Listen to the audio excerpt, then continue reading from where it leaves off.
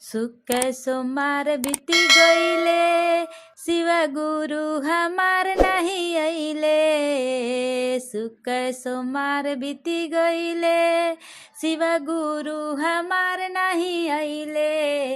अब मान बनाए गुरुजी, बिना चर्चवा कैले।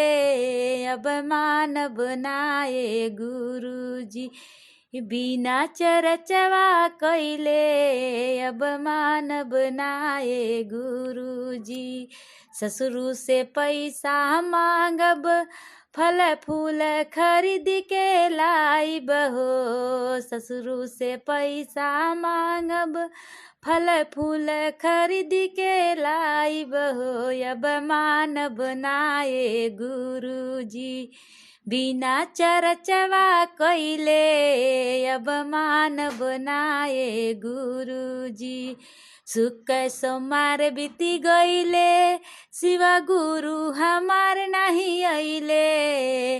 सुख सोमवार बीती गईले, शिव गुरु हमार नहीं अइले। अब मान बनाए गुरुजी, हम बिना चर्चवा कैले।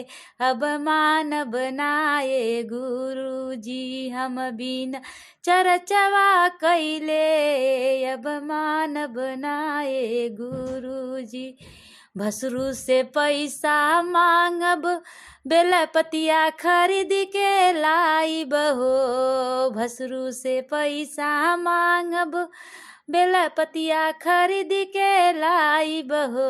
अब मान बनाए गुरुजी, हम बिना चर्चवा कैले। अब मान बनाए गुरुजी, सुख सोमवार बीती गईले, शिव गुरु हमार नहीं अइले। सुख सोमवार बीती गईले, शिव गुरु हमार नहीं अइले।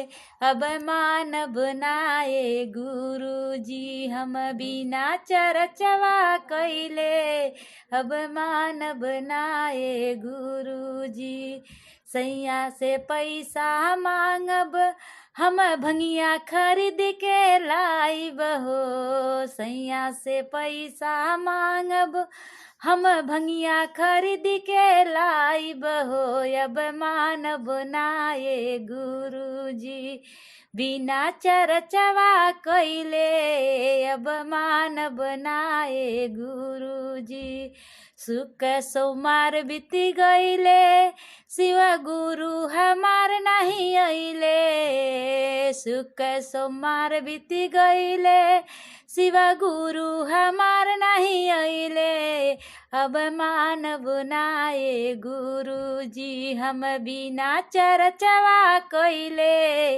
अब मान बनाए गुरुजी, बिना चर्चवा कैले। अब मान बनाए गुरुजी।